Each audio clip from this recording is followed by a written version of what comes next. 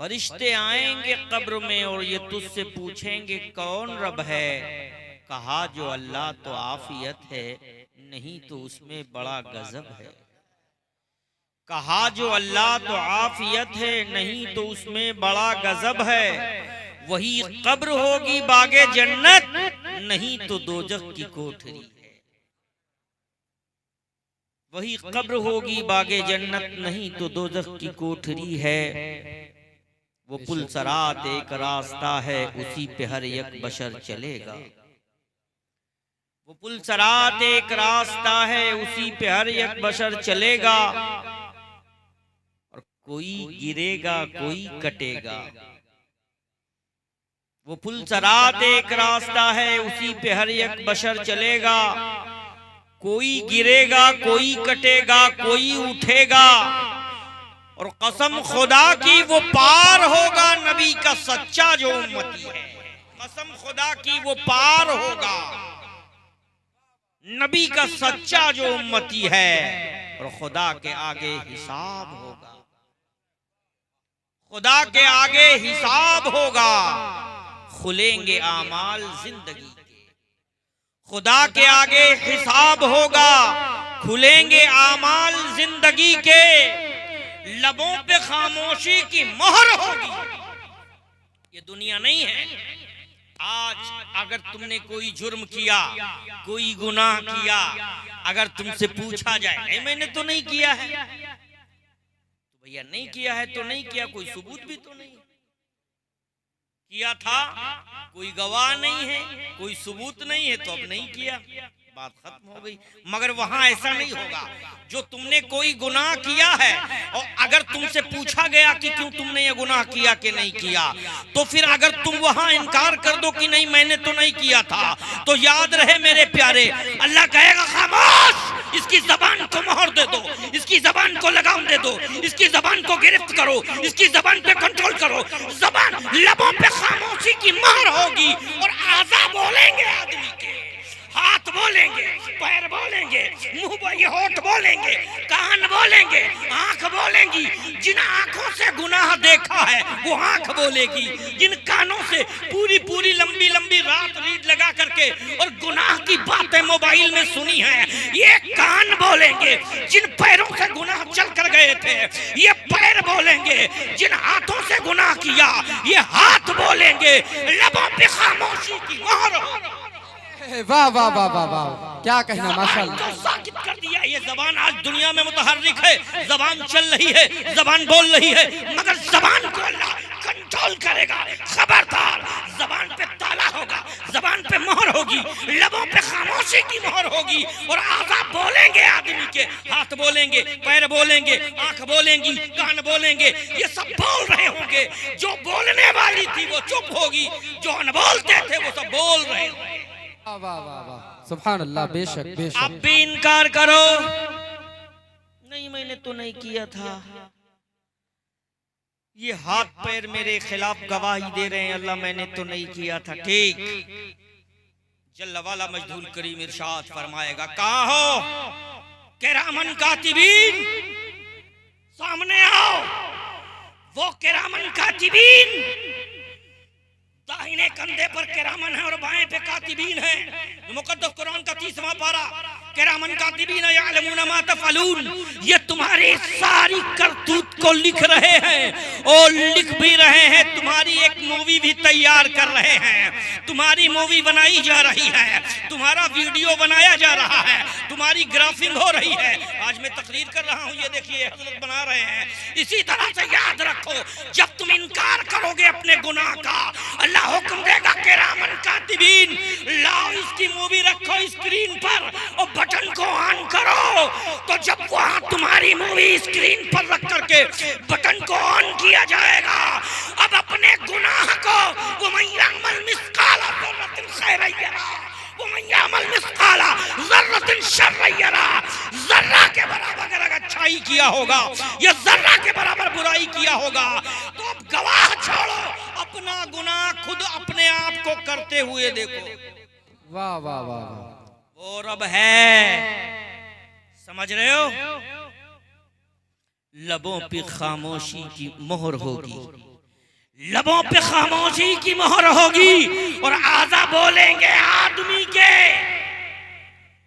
लबों पे खामोशी की मोहर होगी और आजा बोलेंगे आदमी के।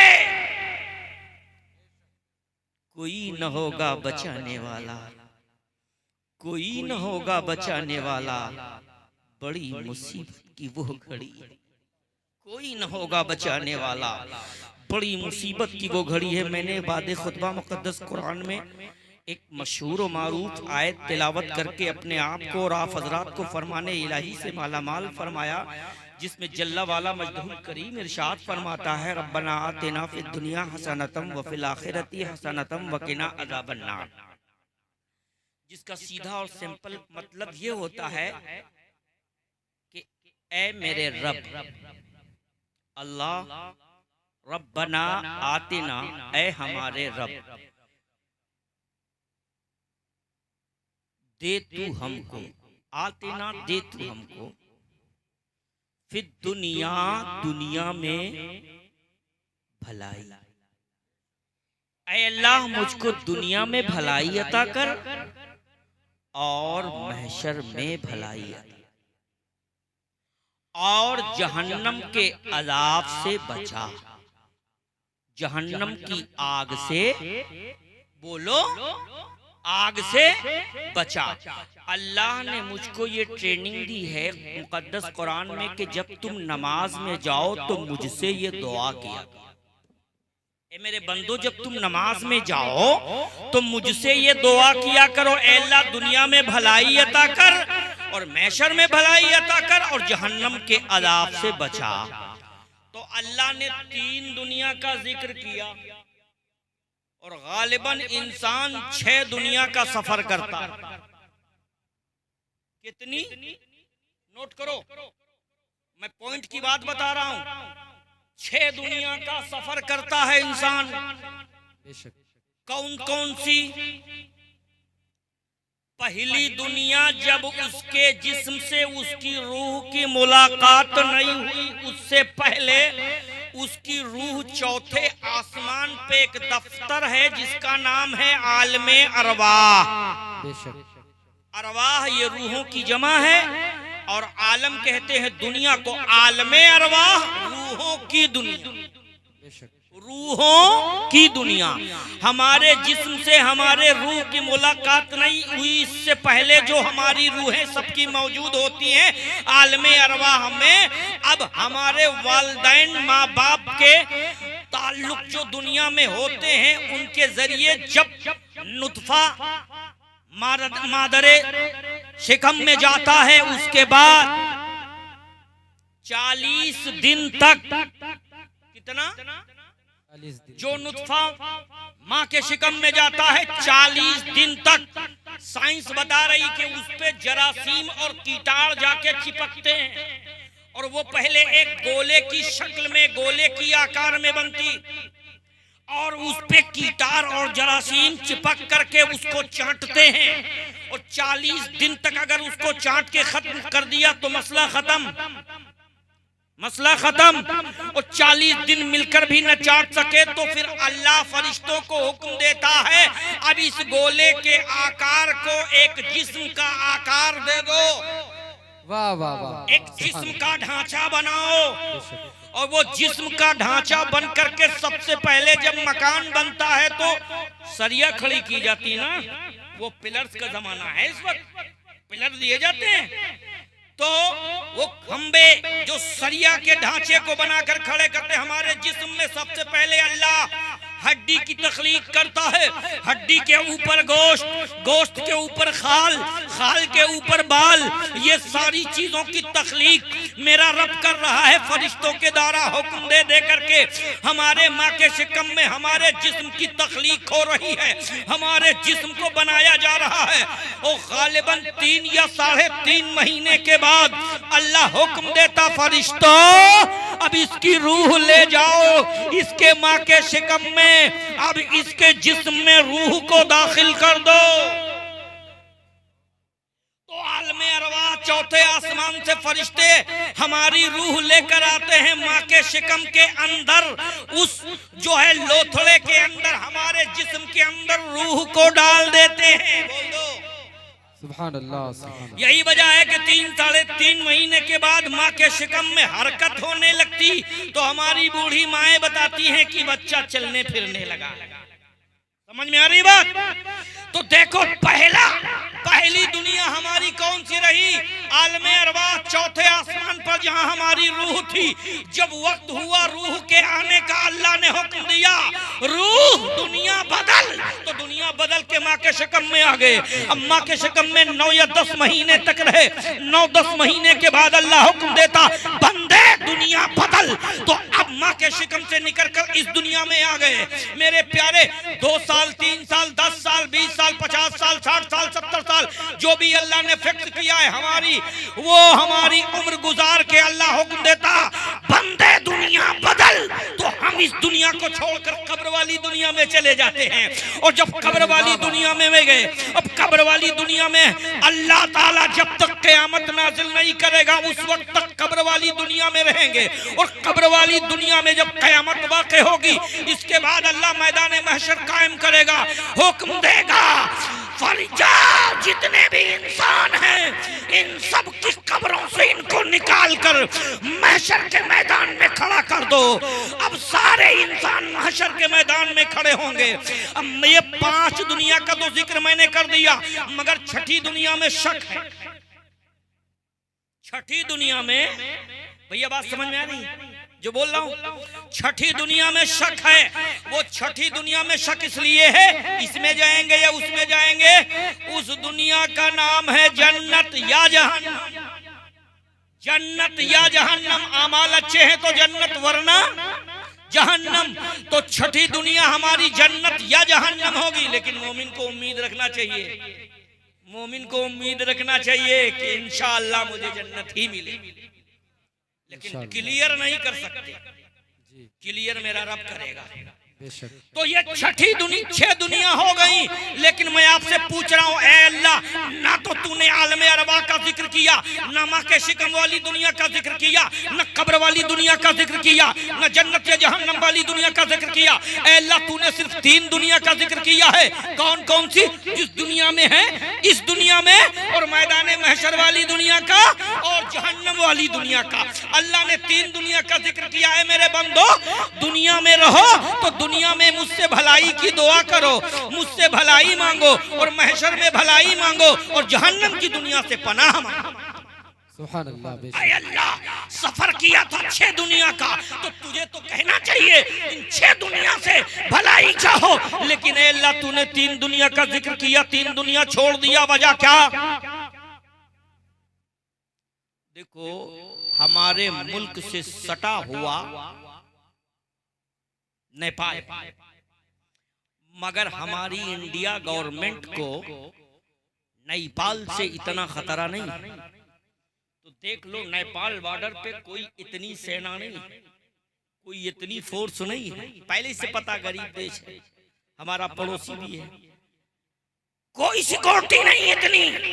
और जस्ट पड़ोसी पाकिस्तान भी, देख लो, पूरी फोर्स पड़ी है। ये हमारे हिंदुस्तान का नहीं, हर जगह, हर देश का यही हाल है। जिस देश से ज्यादा खतरा होता, उस बॉर्डर पे सिक्योरिटी ज्यादा लगा देता है, सैनिक ज्यादा होते हैं, फौजी ज्यादा होते हैं। मैं बताना ये चाहता हूँ, अल्लाह ताला फरमाता, फरिश्ते मेरे बंदो, माँ के शिकम वाली दुनिया में तुझे शैतान से कोई खतरा नहीं है। आलमे अरवाह की दुनिया में शैतान से कोई खतरा नहीं है। कब्र में पहुंच गया, अब कब्र में भी शैतान से कोई खतरा नहीं है। जन्नत या जहन्नम, जन्नत में पहुंच गया, वहां भी शैतान का कोई चक्कर नहीं है। अरे जहां शैतान का ज्यादा हमला होता है, अल्लाह उस दुनिया के लिए कहता, बंदो, इस दुनिया में तुमसे शैतान ज़िना करवाएगा, सूद खिलाएगा, ब्याज खिलवाएगा, ज़िना करवाएगा, चोरी करवाएगा, मक्कारी करवाएगा, अय्यासी करवाएगा, ये सारे गुनाह करवाएगा। ओ मेरे बंदो, नमाजों में आकर मुझसे दुआ कर लो, रब्बना आतिना। वाह वाह वाह वाह। इस दुनिया में ऐ या अल्लाह मक्कारों के मकर से, या अल्लाह दज्जालों की दज्जाली से, अय्यारों की अय्यारी से, या अल्लाह मुझे बचा के रख। अच्छा, महशर वाली दुनिया में क्यों कहा? वजह क्या है? इस दुनिया में तो चलो शैतान का मसला था। हमारे दिल्ली जामा मस्जिद में एक मांगने वाला सीढ़ी पर बैठा था मस्जिद के, तो एक अंग्रेज आया। तो अंग्रेज आया, अपने पीछे से पर्स निकाला, बटवा, उसमें से कुछ उसको दिया और देने के बाद वो अपने पर्स को रखने लगा। भीड़ थी ज्यादा तो पर्स बजाए जेब के नीचे गिर गया। मांगने वाला देख रहा था, वो बेचारा दौड़ कर गया, उसको उठाया, जब तक वो आगे जा चुका था। बिटिया किसी दूसरे के हाथ भेज देना, आप तुम लोग मत आना। वो अंग्रेज तो चला गया। अब ये बटुआ उठाया, पर्स को खोला तो उसमें काफी पैसे थे। इसने संभाल के रख लिया कि पलट के आवे तो दे दूंगा, मगर वो नहीं आया। पूरा 1 साल गुजर गया। 1 साल गुजरने के बाद कितना? 1 साल। नोट करना एक एक बात को। 1 साल गुजरने के बाद वो फिर आया। टहलने आया करते हैं टूर पे ना अंग्रेज लोग। हमें आपको अपने खेत से फुर्सत नहीं मिल पाती है, उनके यही काम होता है। वो फिर आया टहलने। उसने चेहरा देखा, पहचान लिया, दौड़ के गया। कहा, ओ भाई जरा ठहरो। कहा, क्या बात है? कहा, 1 साल पहले तुम यहाँ आए थे? हाँ आए थे। कहा, तुम्हारा पर्स गिर गया था, वो मेरे पास है। कहा, यार मुझे तो याद ही नहीं। कहा, भाई तुम सिर्फ 5 मिनट रुक जाओ, ये बगल में मेरी झोपड़ी है। बात सुन रहे ना? बगल में झोपड़ी, अभी लेके आता हूँ। जल्दी जल्दी भाग के गया, वो पर्स उठा के अपनी झोपड़ी से लाया। कहा, देखो पहचानो तुम्हारा। कहा, यार 1 साल की बात हो गई, हम लोग 10 साल के बाद भी अपनी चीज को पहचान लेते हैं, उनको इतना मौका कहाँ है? बोला, यार मुझे याद नहीं आ रहा। कहा, भैया खोल कर तो देखो। तो जब खोला तो उसमें उसके कुछ कागजात मौजूद थे, उसके फोटोज मौजूद थे। वो देखे तो कहा, हाँ यार ये तो मेरा ही है। यार 1 साल गिरे हो गया, इसको तुमने हिफाजत से रखा? जी। कहा, क्यों? यार इसमें तो इतने पैसे थे, तुम्हारी इंडिया करेंसी के मुताबिक इतने पैसे थे कि तुम चाहते तो तुम्हारा बेहतरीन मकान बन जाता, बेहतरीन दुकान बन जाती, कोई कारोबार कर लेते, आराम से बैठते। यार आखिर तुमने ये क्यों नहीं किया? का पहली बात तो हमको ये सब पता नहीं, दूसरी चीज ये तुम्हारी अमानत थी। सुभान अल्लाह। और मेरे नबी ने फरमाया है, अमानत में खयानत करने वाला मेरा उम्मती मुझे क्या मुंह दिखाएगा? बात मेरे और तेरे तक की नहीं थी। का फिर कहा, बात ये मेरे और तेरे नबी तक पहुंचती। कहा, वो कैसे? कहा, कल जब महशर का मैदान कायम होगा और तेरे नबी हजरत ईसा अलैहिस्सलाम खड़े होंगे और मेरे नबी मोहम्मद रसूलुल्लाह सल्लल्लाहु अलैहि वसल्लम भी जलवा फरमा होंगे, तो कहीं तेरे नबी ईसा अलैहिस्सलाम मेरे नबी सल्लल्लाहु अलैहि वसल्लम से ये ना कह देते कि ऐ मोहम्मद रसूलुल्लाह, देखिए ये तुम्हारा उम्मती है, जिसने जो मेरा उम्मती तुम्हारे उम्मती की मदद किया था, गरीब समझ करके कुछ उसको पैसे दिए और फिर जब उसका बटवा गिर गया तो इसने चुरा के रख लिया था, चुरा के रख लिया और बताया नहीं।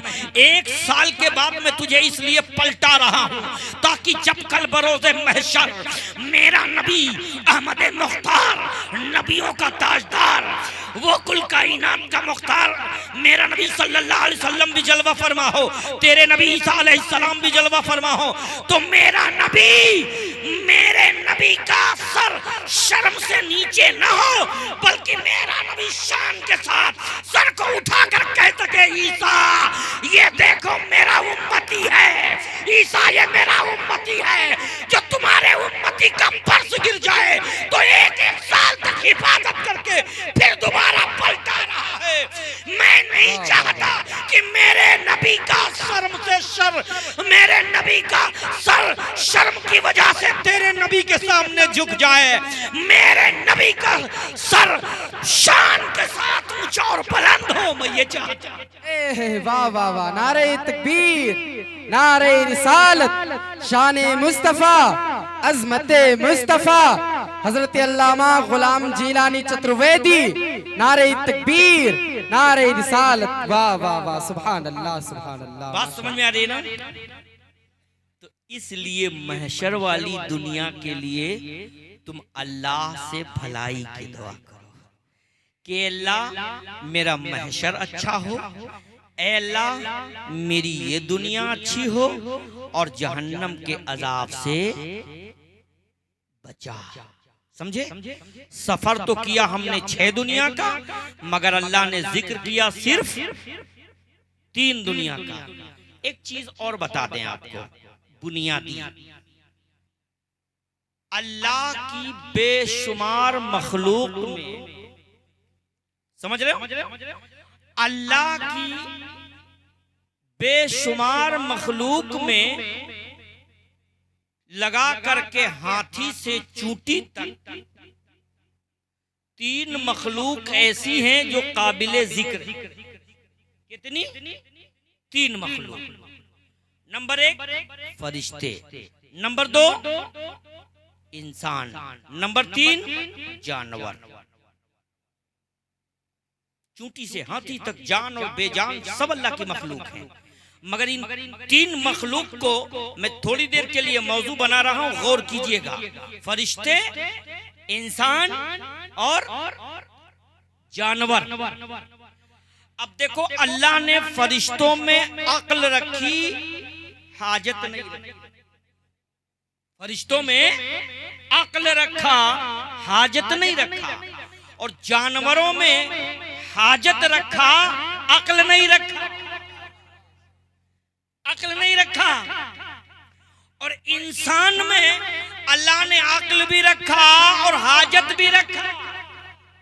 गौर कीजिए, गौर कीजिए मेरी बात पे, देखता हूं किस किस को लगती है। फरिश्तों में अक्ल है, हाजत नहीं। जानवरों में हाजत है, अक्ल नहीं। इंसान में हाजत भी है, अक्ल भी है, दोनों। क्यों? अब वजह ये है, देखो जानवर अपने ही पेशाब में बैठ जाता है, अपनी ही लेट्रिन में बैठ जाता है, ठीक है? अपने ही सगे भाई बहन से जो ना करना चाहिए वो भी हो जाता है। क्यों भाई? वो जानवर, उस पर कोई पाबंदी नहीं, उस पर कोई गिरफ्त नहीं। क्यों? उसको अक्ल है ही नहीं। जब उसको अक्ल नहीं तो उस पर पाबंदी नहीं। अच्छा, फरिश्तों में सिर्फ अक्ल है, हाजत नहीं। फरिश्तों को खाने की हाजत नहीं, पीने की हाजत नहीं, बीबी की हाजत नहीं, सोने की हाजत नहीं। जितनी हाजतें इंसान को हैं, फरिश्तों को कोई हाजत नहीं। फरिश्तों को अक्ल है सिर्फ, वो भी अक्ल जो अल्लाह की इताअत और अल्लाह की इबादत बराबर करते रहते हैं, उनमें कोई हाजत है ही नहीं। अब अल्लाह ने इंसान में अक्ल और हाजत दोनों रखा, लेकिन याद रखो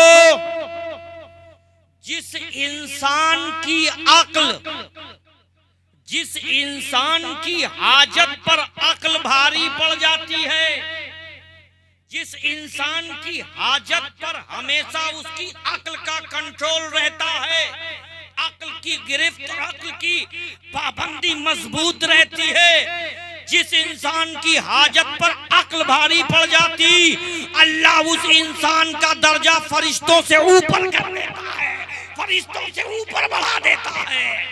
और जिस इंसान की अक्ल पर हाजत भारी पड़ जाती, जिस इंसान की अक्ल पर हाजत भारी पड़ गई, ख्वाहिश भारी पड़ गई, अल्लाह उस इंसान का दर्जा फरिश्तों को जानवरों से भी नीचे गिरा देता है, जानवरों से भी ज्यादा नीचे गिर जाता है।